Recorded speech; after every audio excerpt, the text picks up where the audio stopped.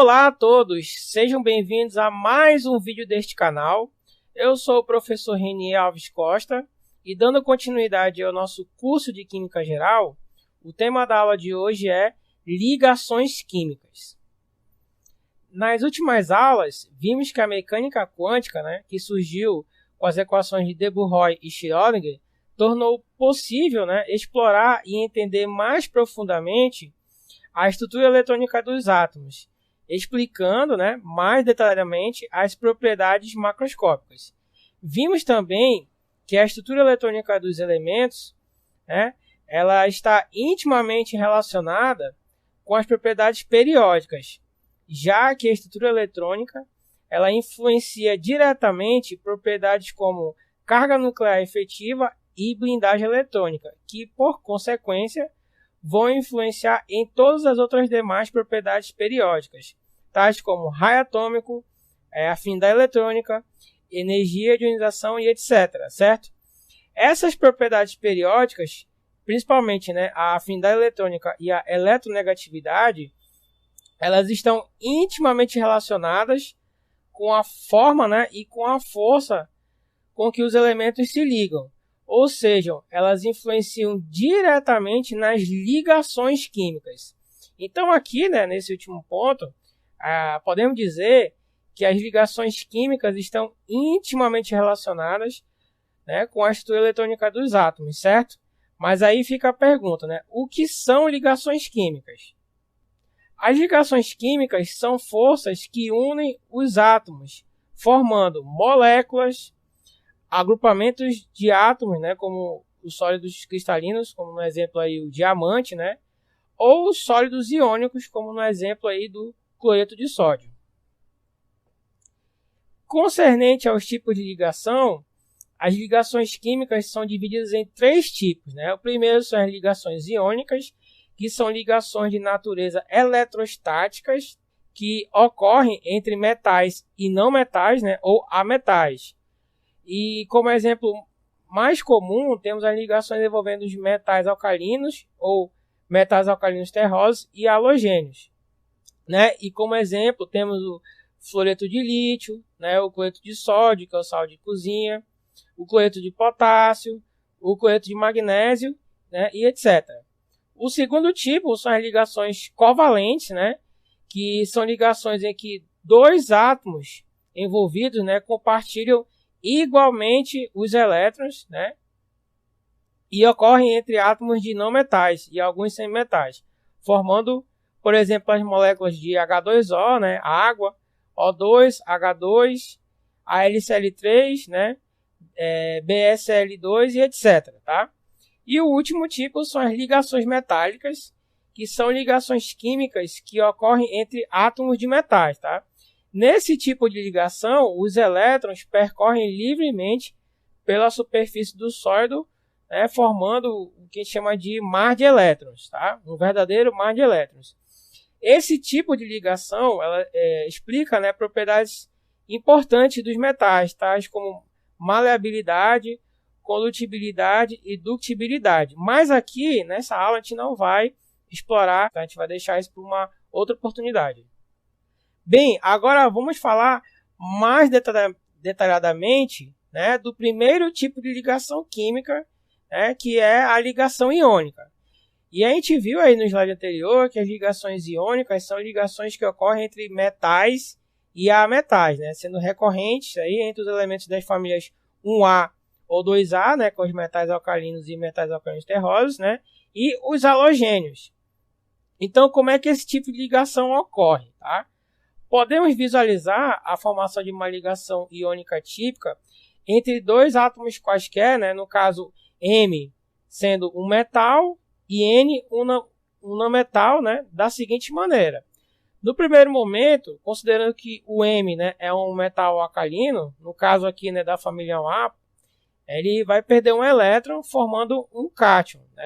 E esse fato é justificado pela baixa energia de ionização dos elementos da 1A. Como esses processos são interligados, no segundo momento, o elétron que foi retirado do metal M é transferido para o não metal N, formando um ânion. Tá? Aqui podemos justificar essa segunda etapa pelo fato de que o N aqui, por ser um átomo de não metal, né, ele vai possuir um valor de afinidade eletrônica negativa, ou seja, ele vai possuir, né, uma grande tendência em ganhar elétrons e formar o ânion. Então, devido ao fato, né, de terem se formado um par, né, de cargas opostas, tá? Um par de átomos de cargas opostas, as duas espécies vão se atrair eletrostaticamente, formando aí o par iônico. E essa força de atração eletrostática, né, atuante entre os íons formados, né, esses íons de cargas opostas formados, é chamada de ligação iônica, ok? Então veja que na ligação iônica, um metal doa um elétron para um não metal, né, formando íons de cargas opostas, né, um de carga negativa e outro positiva, que se atraem eletrostaticamente, tá? E isso aí é a ligação iônica, beleza? Aqui nesse slide temos um exemplo ilustrativo de como ocorre, né, a transferência eletrônica que acarreta na formação de um par iônico, né, em uma ligação iônica. Então, no caso, né, temos aqui um átomo de sódio e outro de cloro que vão formar o cloreto de sódio. O sódio ele é um metal alcalino da família 1A. Por ter uma baixa energia de ionização, ele tem uma tendência natural em doar um elétron, formando um cátion. Veja que quando o sódio doa um elétron, ele assume uma configuração de 8 elétrons na sua camada de valência, similar à de um gás nobre. Já o cloro, por ter uma afinidade eletrônica negativa, né, e uma alta eletronegatividade, ele possui a tendência aí de ganhar elétrons. Logo, quando ele ganha esse elétron, né, doado do sódio, a configuração na camada de valência, né, que antes possuía 6 elétrons, veja aí, né, que antes era 3s2, 3p5. Agora ficou, né, 3s2, 3p6, né, quando ele ganhou o elétron. Totalizando aí, ó, 8 elétrons, né, assumindo uma configuração de gás nobre, ou seja, uma configuração eletrônica estável na camada de valência. Isso, né, na química é chamada de regra do octeto, tá? Que é a regra do octeto, né? É a tendência que os elementos têm de assumir uma configuração na camada de valência similar à de um gás nobre, ou seja, possuir, né, 8 elétrons na camada de valência. As ligações iônicas formam sólidos iônicos, tá? E esses sólidos não se estruturam na forma de pares iônicos, tá? Em tais estruturas, há a formação, né, de arranjos regulares de cátions e ânions unidos entre si eletrostaticamente. Então, para entender isso, tomemos como exemplo a estrutura cristalina do cloreto de sódio, tá? Que é o NaCl, né? Que consiste em muitos átomos de Na+, né, e Cl-, que não estão arranjados em pares, tá? Mas sim ordenados em 3 dimensões, como aí na figura, né, que vocês podem ver, tá? Nessa estrutura, cada íon de Na+, né, interage eletrostaticamente, ó, com 6 íons Cl- próximos, tá? Da mesma forma, cada íon Cl-, né, cada íon cloreto, interage eletrostaticamente com 6 íons Na+. Ou seja, cada Na+, forma não somente uma, tá? Mas 6 ligações iônicas. O mesmo acontece com Cl, né, que vai formar 6 ligações iônicas, né, com Cl-, né, que vai formar 6 ligações iônicas com, né, 6 átomos, né, com 6 íons, né, de Na+. No caso dos sólidos iônicos, a forma molecular ela vai indicar o quê?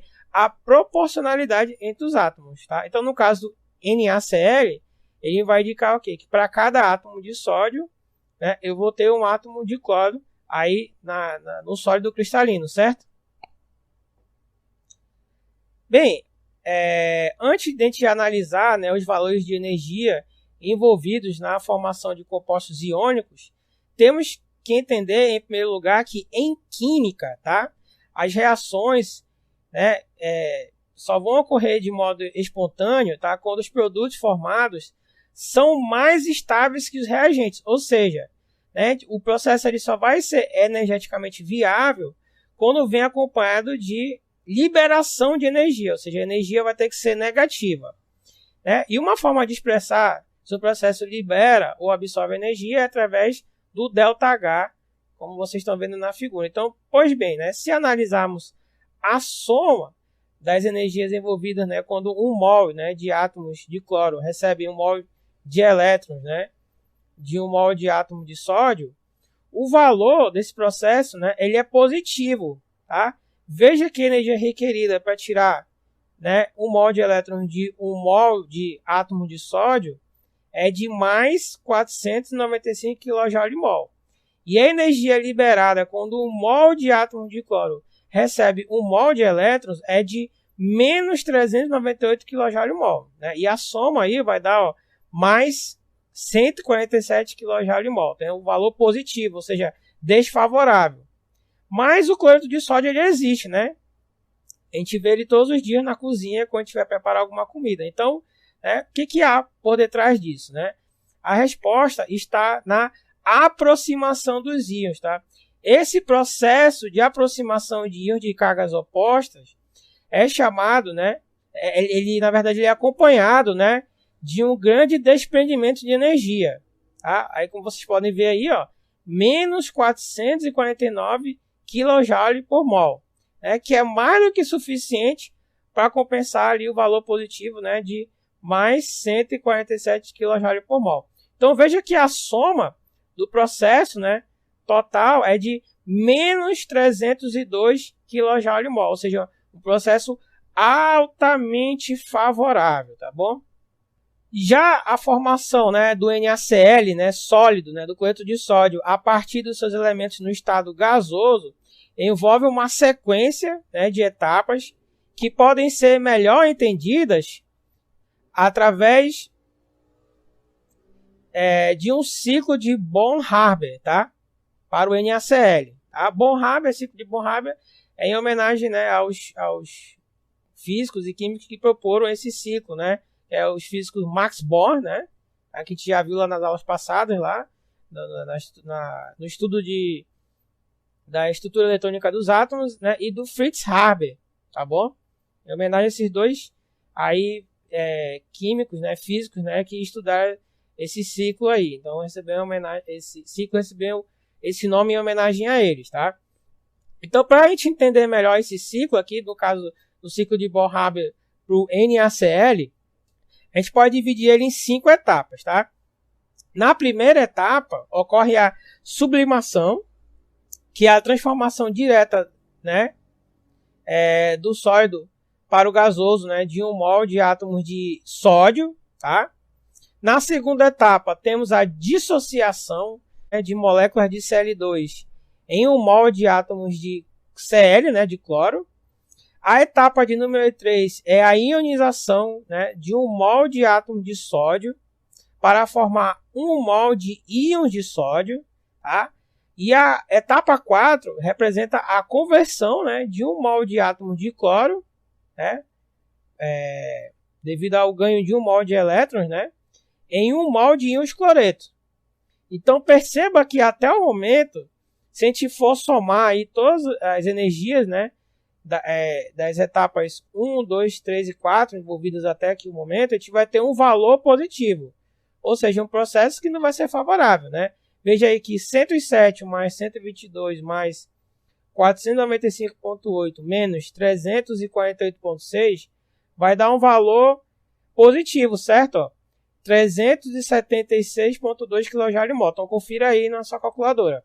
Bem, mas aí temos a última etapa, né? A etapa 5, que corresponde à formação de um mol, né, de NaCl sólido, tá? A partir aí da aproximação dos íons. A energia liberada na etapa 5 é chamada de energia reticular do cloreto de sódio. E ela é muito negativa, tá? Pois nessa etapa, cada íon de sódio e cada íon de cloreto vão formar, né, aí 6 ligações iônicas entre si, compondo assim o sólido iônico, né, do cloreto de sódio, como a gente viu lá no slide anterior, tá certo? Bem, agora vamos falar do segundo tipo de ligação química, que é a ligação covalente. Por definição, a ligação covalente é um tipo de ligação química em que ocorre, tá, o compartilhamento, né, de pares de elétrons da camada de valência, tá? Entre aí os dois átomos envolvidos. Esse tipo de ligação envolve elementos com alto grau de afinidade eletrônica e relativa energia de ionização, tá? Ou seja, a ligação covalente ocorre quando os dois átomos têm uma tendência de ganhar elétrons, tá? Essa ligação ela é característica dos elementos do bloco P e, né, do átomo de hidrogênio, aí formando moléculas, né, como H2O, O2, H2, né, e etc. Tá? Nesse tipo de ligação, tá, não ocorre a transferência de elétrons, né, ou atração eletrostática entre, né, os átomos envolvidos. Lembra que lá na ligação iônica, né, um átomo doa um elétron para o outro, formando cátions, né, de cargas opostas que vão se atrair. Mas aqui não vai acontecer isso. E vimos aí, né, também, aqui na química, né, para um determinado processo ser viável, a sua energia total tem de ser negativa, como foi no caso das ligações iônicas. E para as ligações covalentes, né, o mesmo preceito é válido. Então, para entendermos, né, como uma ligação covalente ocorre, vamos aqui inicialmente considerar a menor e mais simples molécula, né, que é a molécula de H2. Aqui nesse gráfico, né, que é chamado de potencial de Lennard-Jones, tá? Está expressa como varia, né, a energia potencial de dois átomos de hidrogênio em função da distância entre si. Tá? A distância aqui seria o eixo X, né, e a energia potencial aí, né, o eixo Y. Aqui nesse gráfico é importante entendermos que a distâncias muito grandes, os átomos de hidrogênio eles não interagem entre si. Aí, à medida que eles vão se aproximando, as forças atrativas vão crescendo, já que o núcleo de um átomo, né, começa a exercer uma força atrativa, né, no elétron do átomo de hidrogênio vizinho. A uma certa distância, as forças atrativas elas atingem o seu máximo. Essa distância interatômica que possui a menor energia, né, potencial, é chamada de distância de ligação. E para a molécula de H2, né, essa distância é de 0,074 nanômetros. Tá? Nesse ponto, as forças atrativas atingem o seu máximo. Porém, se a gente diminuir a distância, né, de ligação, aí as forças repulsivas começam a dominar, né, em virtude dos núcleos estarem mais próximos, favorecendo, né, aí a repulsão núcleo-núcleo. E daí, né, temos esse aumento de energia que é verificado, né, a distâncias menores, né, do que a distância de ligação, tornando aí o processo desfavorável.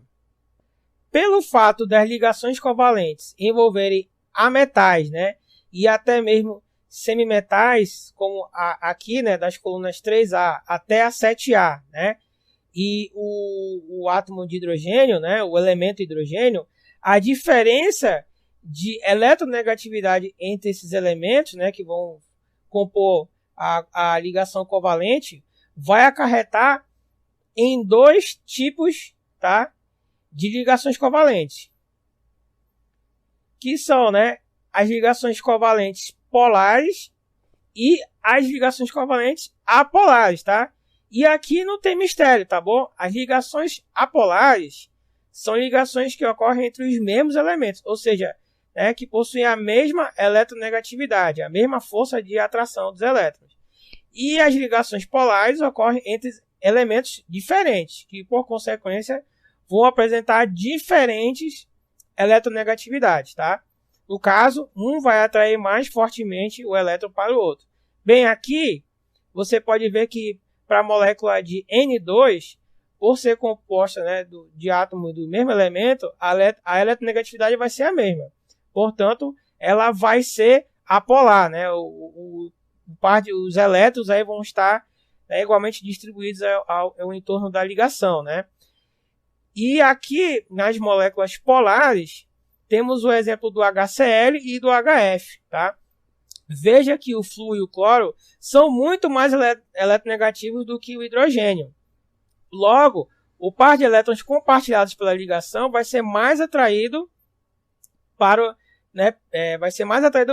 para o átomo mais eletronegativo, né? Que é, no caso, o cloro e o flúor aí dessas moléculas, tá certo? Então, essa atração, né, dos elétrons na ligação, ela é muito bem expressa através dessas superfícies coloridas, tá? Que são chamadas de mapas de potencial eletrostático, tá? As cores, elas vão indicar que regiões, né, onde são formadas cargas parciais, né? Veja que não temos aí, como na ligação iônica, ele não vai retirar um elétron de um átomo, mas ele vai ficar mais perto de um átomo do que do outro. Então, isso vai acarretar na formação de uma carga parcial. Não vai ser uma carga, né, propriamente dita, na formação de um cátion ou de um ânion, mas uma carga parcial. Ou seja, o elétron vai estar mais próximo de um átomo do que do outro, né, quando haver essa diferença de eletronegatividade, tá? Então, as regiões vermelhas são regiões, tá, onde os elétrons estão mais concentrados, né, onde há uma maior concentração de elétrons, tá? E as regiões azuis são regiões onde há uma baixa concentração de elétrons, ou seja, né, as regiões azuis, os elétrons vão estar mais afastados desse átomo aí na ligação covalente. Então, no caso aqui, para esses dois exemplos, como os átomos de flúor e cloro possuem um maior poder de atrair elétrons do que o átomo de hidrogênio, a superfície no entorno dele vai ficar mais avermelhada, né? Ao passo que para o hidrogênio, por ele ser menos eletronegativo, ele vai ter, né, uma baixa concentração de elétrons, né? E ficará com a superfície azul aí, tá, no seu entorno. E aqui embaixo, né, temos um comparativo dos mapas de potencial eletrostático, tá? De uma ligação de uma molécula, né, apolar. Veja que a tonalidade é verde, ou seja, uma distribuição igual dos elétrons aí, né, no entorno da molécula, tá? E aqui temos uma ligação polar, tá? Veja aqui que há uma distribuição desigual dos elétrons. Então, as regiões azuis, né, há a formação aí de regiões azuis e vermelhas, tá? E, consequentemente, aí a formação das cargas parciais, porque um, né, átomo vai estar com elétrons mais próximos dele e o outro vai estar com os elétrons mais afastados. Então, ó, vai haver aí a formação de cargas parciais, né? E aqui no extremo temos uma ligação iônica, né, que é o fluoreto de lítio. Então, veja que perceba aí o aumento da superfície vermelha ao redor do flúor, né? Então, nesse caso, não tem o compartilhamento de elétrons, né? O elétron, na verdade, ele está totalmente do átomo de flúor, né? Então, aí já é a atração eletrostática mesmo, tá? Do ponto de vista da mecânica quântica, quando dois átomos de hidrogênio se aproximam, né, um do outro, há um aumento, né, da probabilidade de se encontrar um elétron do primeiro átomo, né, próximo do núcleo do segundo átomo e vice-versa. Diante disso, dizemos, né, que os dois elétrons na molécula de H2 estão compartilhados e são chamados, né, de par ligado ou par compartilhado. Lembre-se que os elétrons são descritos, né, por funções de onda.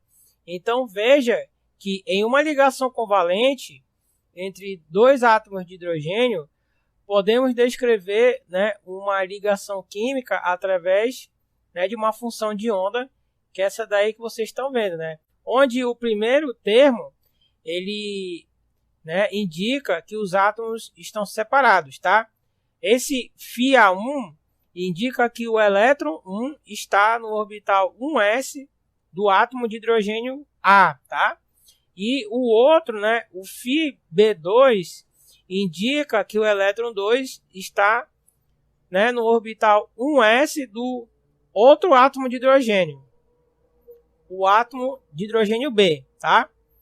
O segundo termo, que é esse do lado aqui, ó, ele indica, né, que os dois átomos de hidrogênio estão próximos. E como dito, há um aumento, né, da probabilidade de encontrar o elétron, né, do primeiro átomo próximo, né, do núcleo, né, do segundo átomo e vice-versa. Então não temos como saber se o elétron 1, né, por exemplo, vai estar mais próximo do átomo A ou do átomo B, tá? É uma questão de probabilidade. Então, logo dizemos que o elétron 2, né, pode estar próximo do átomo A, por isso que a gente botou aí Fa2, né? E o elétron 1 pode estar próximo do átomo B, então fica Fib1, tá bom? Como são duas ondas, né, que interferem construtivamente, veja que há uma soma, há um aumento da amplitude da função de onda na região onde, né, da região entre os núcleos, tá? Daí é comum encontrar esse tipo de representação, tá? Indicando a interferência construtiva das duas funções de onda, certo? Aqui temos, né, as linhas vermelhas, que são as funções de onda, né, dos átomos de hidrogênio A e B, né, que estão separados, e a linha azul, né, que vai indicar aí o segundo termo da equação, tá? Aliás, da função de onda, né? Quando os dois átomos estão próximos. Como os dois elétrons são igualmente influenciados pelos dois núcleos, eles, né, vão ocupar aí a mesma região no espaço. Só que essa situação, né, só vai ser possível de acordo com o princípio da exclusão de Pauli. Ou seja, apenas se os seus spins forem contrários. No caso, né, um para cima e outro para baixo. Tá? Bom, e é aqui nessa interpretação, né, da combinação das funções de onda que vamos ter duas teorias que vão descrever quanticamente, né, uma ligação covalente. Que uma, né, vai ser a teoria da ligação de valência e a outra a teoria do orbital molecular. A teoria da ligação de valência tem como principal fundamento a sobreposição dos orbitais atômicos, tá, da camada de valência. Onde nesses orbitais, né, os elétrons vão possuir spins opostos, já que eles vão ocupar a mesma posição no espaço, certo? Então, a sobreposição dos orbitais pode ser frontal, onde vai formar as ligações sigma, e lateral, né, onde vai formar as ligações π. Veja aqui na figura da esquerda, né, que vamos ter três tipos de ligações sigma, tá? A primeira, quando há a sobreposição dos orbitais s. A segunda, quando há a sobreposição de um orbital s e um orbital p, no caso, né, um dos lóbulos do orbital p, tá? E a terceira, quando há a sobreposição frontal de dois orbitais p, tá? Ou seja, os lóbulos, né, de cada um dos orbitais vão se sobrepor frontalmente. Na figura da direita, temos a sobreposição lateral de dois orbitais p, formando aí a ligação π, tá? E aí vale ressaltar que as ligações sigma são mais fortes do que as ligações π, justamente, né, por se tratarem de sobreposições frontais, ok? Outra característica peculiar dessa teoria é que ela admite a realização de um fenômeno chamado hibridização, tá? Que é um processo em que ocorre a combinação de orbitais, né, da camada de valência para formar outros orbitais. A hibridização é muito útil para explicar a geometria, né, de moléculas, tá? Principalmente de moléculas orgânicas. Então, vamos analisar, né, aqui o caso da molécula do metano, tá? Essa molécula, ela possui uma geometria, né, que é chamada de tetraédrica, tá? E veja que 4 átomos de hidrogênio estão ligados ao carbono central, aí formando os vértices de um tetraedro, certo? Além disso, essas 4 ligações elas são equivalentes, elas vão ter a mesma distância interatômica, tá? Então, se a gente analisar a distribuição eletrônica do carbono, vemos que para ele completar o octeto, né, ou seja, para ele ter 8 elétrons na camada de valência e conseguir a estabilidade, né, ele vai precisar receber mais 4 elétrons, tá, nos seus 3 orbitais p, tá? Então veja que no caso caberiam o quê? 3 ligações aqui, certo, né? Porque ele vai ter 3 ligações, cada uma compartilhando 2 elétrons, tá? Então fica aí a pergunta, né? como que ele vai formar 4 ligações, né? Se no caso aí da distribuição eletrônica, ele formaria no máximo 3 ligações, né? Então, para explicar isso, a gente vai ter que recorrer à hibridização. O que ocorre, né, é que um elétron do orbital s ele vai ser promovido, né, para um dos orbitais p vazios, aqui no caso o orbital PZ, né, PZ. E aí dizemos, né, quando esse elétron é promovido, tá, que o átomo vai se encontrar num estado que a gente chama de estado excitado. Após isso, ocorre a fusão, né, das funções de onda de todos esses 4 orbitais. 2s, 2px, 2py e 2pz. Formando agora 4 orbitais degenerados. Ou seja, 4 orbitais de mesma energia. E esse processo, né, é chamado de hibridização sp3. Tá? Onde 3 orbitais p e um orbital s se combinam, formando 4 orbitais degenerados, tá? Chamados de orbitais sp3. Então, né, veja que as funções de onda, né, dos orbitais 2s, 2px, 2py e 2pz se combinam para formar 4 orbitais degenerados, né, híbridos, né, que são os orbitais 2sp3. Os 4 orbitais sp3 eles vão possuir uma disposição espacial tetraédrica, tá? Com ângulo de 109 graus entre si. E no metano, né, os 4 orbitais s dos 4 átomos de hidrogênio, né, se superpõem, né, aos 4 orbitais híbridos sp3, formando aí 4 ligações covalentes equivalentes, né, ou seja, de mesma distância interatômica. Então veja aí que a hibridização, aqui no caso a hibridização sp3, ela vai explicar satisfatoriamente a geometria tetraédrica da molécula de metano, né, e também a existência dessas 4 ligações equivalentes. O outro tipo de hibridização é a hibridização sp2, tá? E para exemplificar, vamos analisar aqui a molécula do formaldeído, que possui uma geometria que chamamos de trigonal planar, tá? O processo é o mesmo do anterior, tá? No carbono central, né, um elétron do orbital 2s é promovido para um orbital p vazio de maior energia, no caso 2pz. Após essa promoção ocorre a fusão das funções de onda, né, de 2 orbitais 2p com um orbital 2s, né, formando aí 3 orbitais híbridos sp2, restando aí um orbital p puro, que não hibridizou, certo? Ficou de lado esse orbital. Então, esses orbitais híbridos, eles estão dispostos segundo os vértices de um triângulo, formando entre si, né, ângulo de 120 graus, né? E perpendicular, né, ao plano aí desses orbitais sp2, né, temos um orbital p puro, certo? Agora, 2 orbitais s, né, de 2 átomos de hidrogênio vão se superpor frontalmente, tá?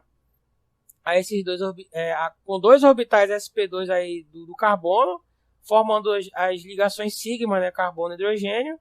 E na outra extremidade da molécula, um átomo de hidrogênio se aproxima e, né, superpõe seus 2 orbitais 2p de valência, tá?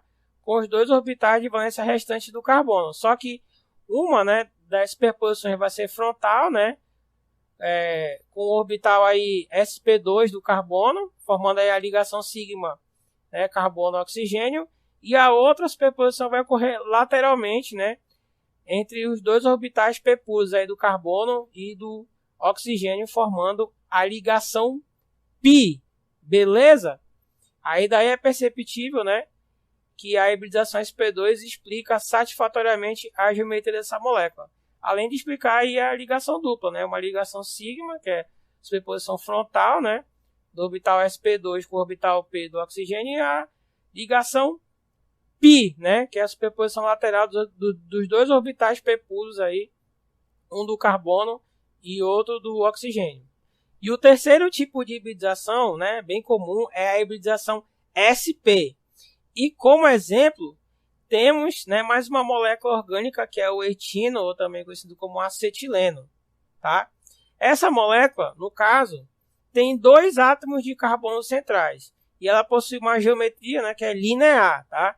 Apresentando aí um ângulo de 180 graus, ok?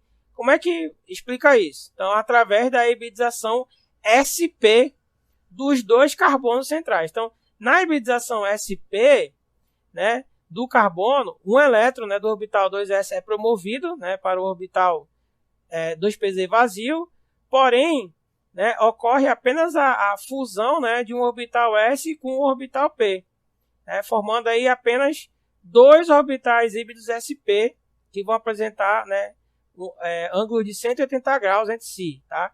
E aí vão restar 2 outros orbitais p puros que vão estar, né, aí perpendiculares ao eixo, né, dos orbitais sp híbridos, formando aí ângulos de 90 graus, tá, entre si, ok?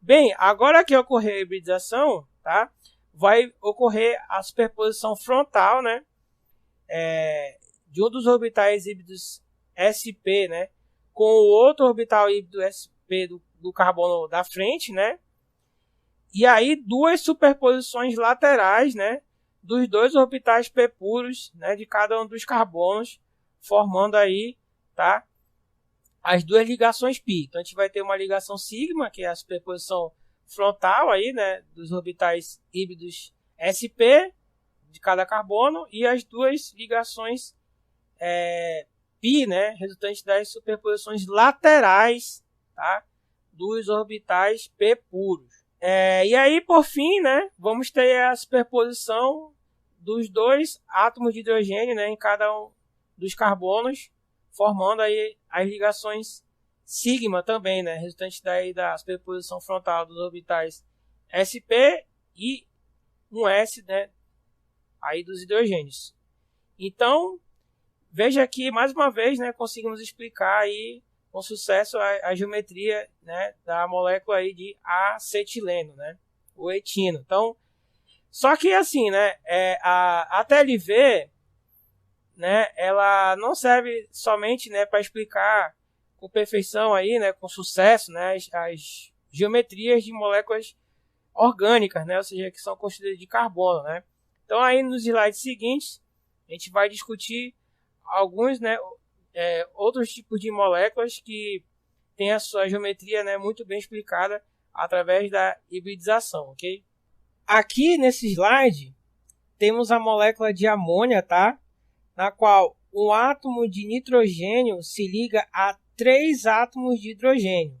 E a geometria dessa molécula é chamada de geometria trigonal piramidal, tá? Formando entre si ângulos, né, de 107 graus, ou seja, uma pirâmide com base triangular, ok?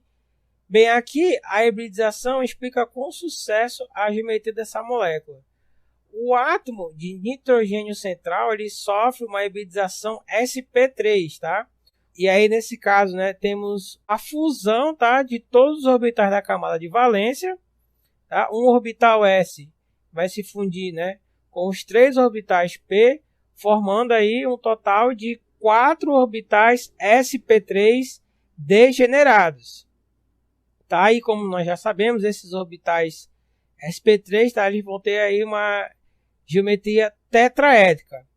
Então veja que aqui há um orbital totalmente preenchido, certo? Com 2 elétrons. Então ele não vai participar da ligação. Então após esse processo, ocorre a superposição de 3 orbitais s, tá? Com 3 orbitais sp3 formando aí a molécula de amônia, né? Só que como eu já disse, né, um orbital sp3 apresenta 2 elétrons, já não vai fazer ligação, né, com mais um átomo de hidrogênio no caso. E até porque, né, como a gente já sabe, né, o nitrogênio ele só precisa aí de mais 3 elétrons para completar o octeto. Então veja que apesar, né, o nitrogênio aqui na molécula de amônia ter a mesma hibridização do carbono na molécula de metano, O ângulo entre os átomos de hidrogênio aqui na molécula de amônia é menor, tá? Não é 109 graus. E isso ocorre, né? A razão disso se dá por causa desse par de elétrons isolado aqui em cima, né? Que não faz ligação com ninguém, tá? Então, como eles não estão sendo compartilhados, né, com outro núcleo, né, de outro átomo, eles vão ocupar um volume maior no espaço. Tá? Então, esses pares de elétrons vão ocupar um volume maior no espaço. Né? Isso é assim que se pode dizer. Né? O que promove uma certa repulsão com os pares de elétrons que constituem cada ligação nitrogênio e hidrogênio. Tá bom? Então, essa repulsão causa aí uma diminuição, né, nos ângulos de ligação, fazendo com que a molécula de NH3, né, de amônia, né, apresente um ângulo de ligação, né, menor do que o que ocorre na molécula de metano. Apesar, né, de, nos dois casos, ter uma hibridização sp3 no átomo central. Outro fator é que, para denominar a geometria de uma molécula, tá, a gente não leva em consideração os pares de elétrons livres, somente, né, os átomos que estão ligados ao átomo central. Então, por isso, né, o nome dessa geometria não é tetraédrica, tá? Porque a gente vai ter um par de elétrons isolados aqui. Então, no caso, né, a gente chama essa geometria de piramidal trigonal, beleza? Aqui nesse slide temos a molécula de água, tá certo? E ela possui uma geometria que chamamos de angular, tá? Como se fosse um compasso aberto, formando um ângulo de 104,5 graus. Aqui nesse caso, o átomo de oxigênio também sofre uma hibridização do tipo sp3. Só que veja que não há nenhuma promoção de elétrons, já que todos os orbitais da camada de valência já se encontram aí preenchidos, né, ou parcialmente preenchidos, tá? No caso, só dois orbitais sp3 se encontram parcialmente preenchidos, ou seja, somente com elétron, né? E é somente com esses orbitais aí que vão se superpor, né, os dois orbitais s dos dois átomos de hidrogênio, tá? Por causa aí que, né, para formar o octeto, tá? Então só mais dois elétrons para preencher a camada de valência. Então, pelo fato do átomo central, né, apresentar, né, o átomo de oxigênio central, né, apresentar dois pares de elétrons isolados aí, né, nos seus orbitais sp3, tá? Vai ocorrer o que? Uma repulsão maior, né? Que nem a gente viu aqui anteriormente na molécula de amônia, só que como são dois pares de elétrons isolados, então vai ser uma repulsão maior que vai aí empurrar mais, né, os pares de elétrons que participam da ligação oxigênio e hidrogênio, tá? Acarretando aí num ângulo de ligação de 104,5 graus, tá? E como a gente já viu, né, que os pares de elétrons não são levados em conta na hora de nomear a geometria da molécula, ela também não vai ser chamada de geometria tetraédrica. Então a gente chama de... a gente diz que a geometria da molécula de água é uma geometria angular, porque a gente só está considerando aí a ligação, tá certo?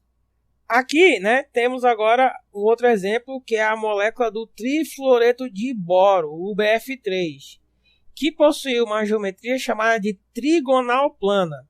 Nessa molécula, o átomo central, né, que é o boro, sofre uma hibridização sp2, tá? Veja aqui que o elétron do orbital 2s, tá? Ele vai ser promovido para um dos orbitais 2p desocupados, e daí ocorre a fusão aí das funções de onda dos três orbitais, tá? Um s com três orbitais p, formando aí, acho com dois orbitais p, desculpa, tá? Formando três orbitais híbridos sp2, tá? Sobrando aqui um orbital p puro, sem elétrons, ó, perpendicular aí ao plano, né, dos três orbitais sp2.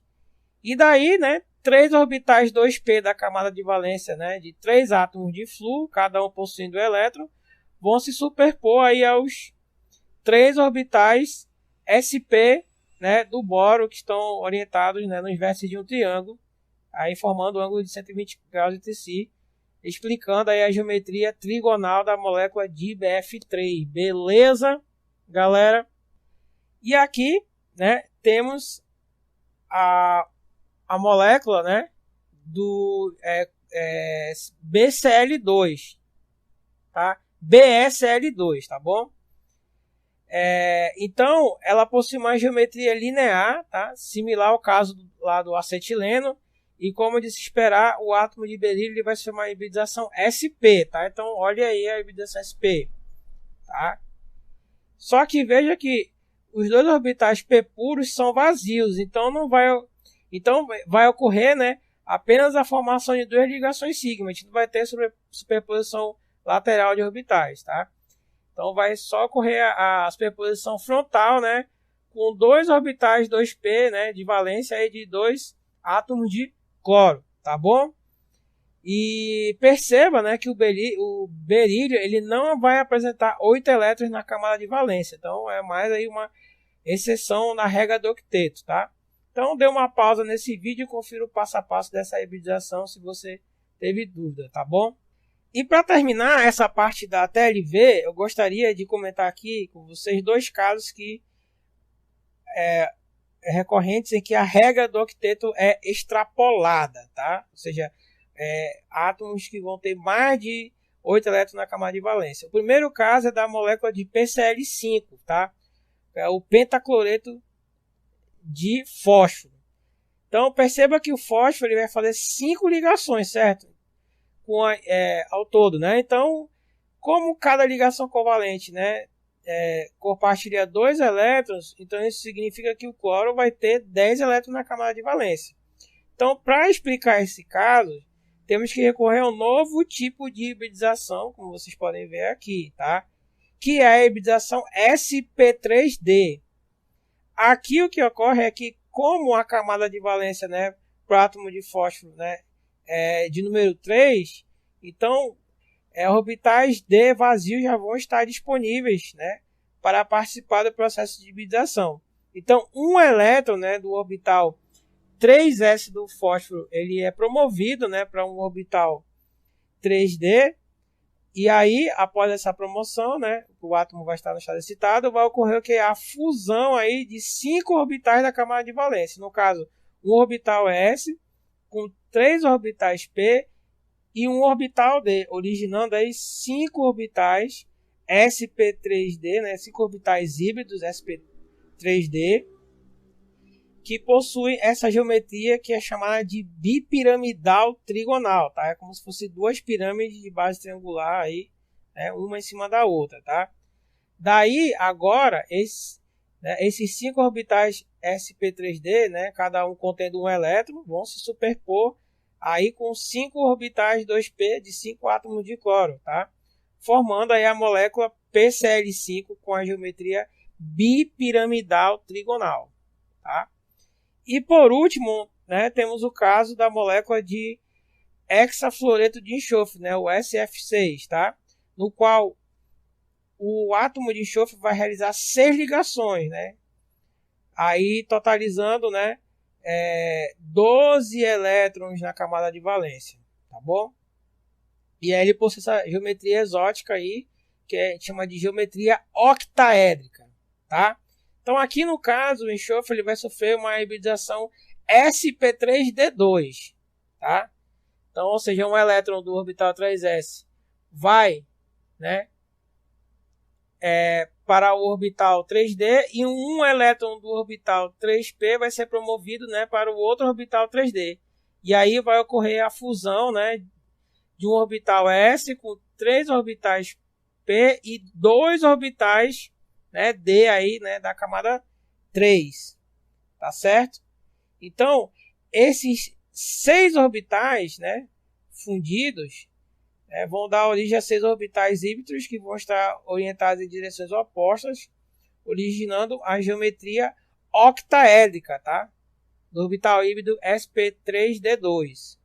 E aí no final, né, esses 6 orbitais, né, cada um possuindo um elétron, vão se superpor, né, a outros 6 orbitais 2p, né, aí na camada de valência, que se encontra na camada de valência de 6 átomos de flúor, né. e aí vai originar aí a molécula de 6F6. Então, mais uma vez, né, a TLV, através da hibridização, consegue explicar aí a geometria de mais uma molécula, né, que extrapola, né, a regra do octeto, que é a molécula de CF6 ou K. E aqui, né, nesse slide, temos um quadro que resume todas as hibridizações, né, os orbitais envolvidos e as geometrias, né, que cada hibridização possibilita. Então, diante disso, eu sugiro que você dê um pause no vídeo e confira cada uma dessas hibridizações que nós vimos agora. No entanto, a TLV tem limitações. A principal delas é que essa teoria não prevê o paramagnetismo da molécula de O2. O paramagnetismo é a tendência de um composto em ser atraído por um ímã, ou seja, ele se move para dentro de um campo magnético. E como exemplo de compostos paramagnéticos, temos o sódio, o alumínio e a platina. O paramagnetismo ele está relacionado à presença de elétrons desemparelhados. Aqui no desenho, temos a estrutura da molécula de O2 prevista pela TLV. É visível a presença da dupla ligação, uma ligação sigma bem aqui, ó, e uma ligação pi aqui, ó. E a geometria linear. Até aí tudo bem, mas veja que todos os elétrons estão emparelhados, certo?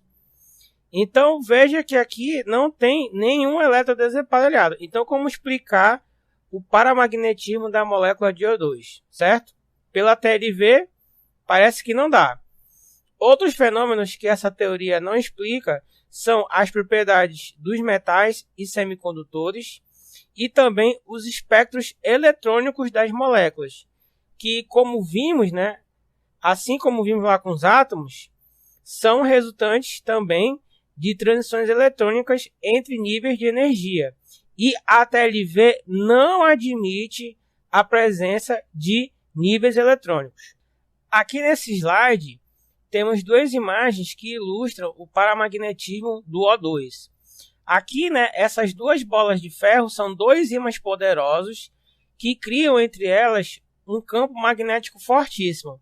Ao jogar O2 no estado líquido, veja que o líquido, ó, fica preso entre essas duas bolas de ferro, ou seja, indo de encontro ao campo magnético, certo? Então, esse aqui, né, é a ilustração do paramagnetismo da molécula de O2. E eu tirei essa imagem de um vídeo aqui do YouTube, né, desse canal Jefferson Lab. E caso vocês queiram ver esse experimento, o link desse vídeo se encontra aqui na descrição do nosso vídeo, tá certo?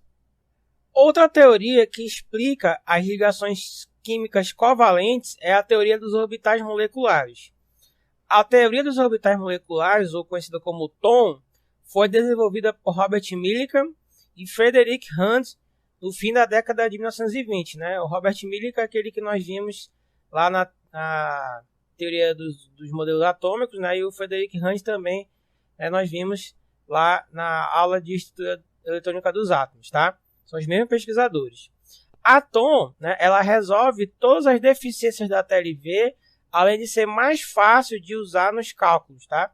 Ela prediz o paramagnetismo da molécula de O2, ela explica as propriedades dos metais e de semicondutores, explica os espectros eletrônicos das moléculas e ela é mais eficiente para explicar também os estados excitados, né, que ocorrem em virtude de transições eletrônicas nas moléculas. Tá? E a principal característica dessa teoria é a formação de orbitais moleculares, ou seja, agora vamos ter a presença de níveis de energia, que nem nos átomos, né? Tornando possível agora inferir transições eletrônicas.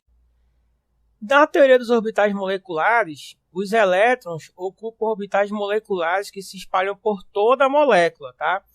Então a gente diz que os elétrons são deslocalizados, ou seja, eles não estão somente entre os dois átomos que participam da ligação, no caso de um sistema maior. Quanticamente, os orbitais moleculares são formados pela combinação linear dos orbitais atômicos, né, que é a sigla CLOA, que no inglês é LCAO, que é Linear Combination of Atomic Orbitals. E essa combinação pode ser construtiva, ou seja, as funções de onda dos orbitais de ambos os átomos se combinam em fase, aumentando a amplitude na região da ligação molecular e assim aumentando a probabilidade de se encontrar o elétron na molécula. Ou podem ser destrutivas, ou seja, as funções de onda dos elétrons de valência de ambos os átomos se combinam fora de fase, ou seja, se cancelam na região da ligação molecular, apresentando um nó. A interferência construtiva dá origem aos orbitais ligantes, que contribuem para a ligação química covalente. E as interferências destrutivas, ou as interferências fora de fase, dão origem aos orbitais antiligantes, que não contribuem para a ligação. E com isso, os orbitais ligantes terão energia negativa, certo? Pois eles contribuem para a ligação. E os orbitais antiligantes terão alta energia, pois eles não contribuem para a formação da ligação. Para uma molécula de H2, por exemplo, os orbitais ligantes têm essa forma aí, onde a função de onda do orbital molecular ligante será igual à função de onda do elétron 1s do átomo de hidrogênio A mais a função de onda do elétron 1s do átomo de hidrogênio B. E ele vai apresentar energia negativa, certo? Menor do que quando os átomos estavam separados. E o orbital antiligante vai ter essa forma aí, apresentando um nó entre os dois núcleos. E a função de onda do orbital molecular antiligante será igual à função de onda do elétron s do átomo de hidrogênio A menos a função de onda do elétron s do átomo de hidrogênio B, apresentando aí uma alta energia, certo? Com isso, temos a formação, do diagrama de orbitais moleculares, no caso para a molécula de H2, tá? Onde cada átomo de hidrogênio vai contribuir com um elétron, totalizando 2 elétrons. E daí agora você realiza o preenchimento de Aufbau, preenchendo, primeiro os orbitais de mais baixa energia, no caso os ligantes, e depois completando os orbitais de maior energia, certo? E no caso da molécula de hidrogênio, de H2, como temos só 2 elétrons, então todos vão ficar aqui no orbital molecular ligante, certo? Porque cada orbital comporta 2 elétrons, que nem no caso lá dos orbitais atômicos, tá? E para saber o número de ligações formadas, basta calcular a ordem de ligação, que é o número total de elétrons nos orbitais ligantes menos o número de elétrons nos orbitais antiligantes dividido por 2. E aí, para o hidrogênio, temos 2 elétrons nos orbitais ligantes menos o número de elétrons nos orbitais antiligantes, que é 0, não tem nenhum. Aí divide isso por 2, vai dar 1. Ou seja, forma-se uma ligação entre os 2 átomos de hidrogênio na molécula de H2. Beleza? Aqui nesse slide temos os diagramas de energia para moléculas diatômicas homonucleares, ou seja, formada por átomos dos mesmos elementos, tá? Para elementos aí do segundo período da tabela periódica. Então perceba que o número de orbitais moleculares aumenta, pois agora mais orbitais atômicos estão se combinando. Então veja que para essas moléculas, tá? Os átomos que se ligam possuem 4 orbitais na camada de valência, tá? Totalizando 8 orbitais atômicos que combinados vão gerar 8 orbitais moleculares. Já que, quando 2 orbitais atômicos se combinam, há a formação de um orbital ligante e outro antiligante, ou seja, 2 orbitais moleculares, igual como vimos lá na molécula de hidrogênio, de H2, tá? Cada caixinha dessa é um orbital molecular que comporta no máximo 2 elétrons. Só que perceba que da molécula de lítio, L2, até a molécula de nitrogênio, N2, tá? Há um ordenamento dos níveis de energia dos orbitais moleculares, tá? E da molécula de oxigênio até a molécula de flúor, F2, tá? Alterna a ordem desses 2 orbitais aqui, sigma 2p, tá? E desses orbitais aqui, pi 2p, certo? Então, como exemplo, vamos fazer a distribuição eletrônica da molécula de N2. Cada átomo de nitrogênio tem na camada de valência 5 elétrons, né? 2s2, 2p3. Daí um total de 10 elétrons. Então, com isso, agora você realiza a distribuição eletrônica, né? Segundo o princípio de Aufbau, desses 10 elétrons, né? Aqui, nesses orbitais moleculares, tá? Então, você realiza a distribuição, ó, e resulta na seguinte distribuição, né? Sigma 2s 2, né? Sigma 2s antiligante 2, com 2 elétrons, né? Pi2p 4, né? Com 4 elétrons, tá? Que são dois orbitais degenerados, tá? E sigma 2p2, né? Com 2 elétrons, tá? E para saber a ordem de ligação, tá? Você soma todos os elétrons dos orbitais ligantes e subtrai, né? Todos os elétrons, né, pela soma de todos os elétrons dos orbitais antiligantes, tá? Que são esses orbitais aqui que tem a estrelinha, tá? E divide por 2. E aqui, para o nitrogênio, né, o resultado, né, desse cálculo da ordem de ligação dá 3. Ou seja, a molécula, né, de N2 apresenta 3 ligações entre os seus dois átomos de nitrogênio. Beleza? Vamos analisar agora a molécula de oxigênio, O2, para ver a questão do paramagnetismo. Para o oxigênio, vamos ter que usar este outro diagrama, aqui, ó, o da direita, certo? E daí, veja que cada átomo de oxigênio tem 6 elétrons na camada de valência, né?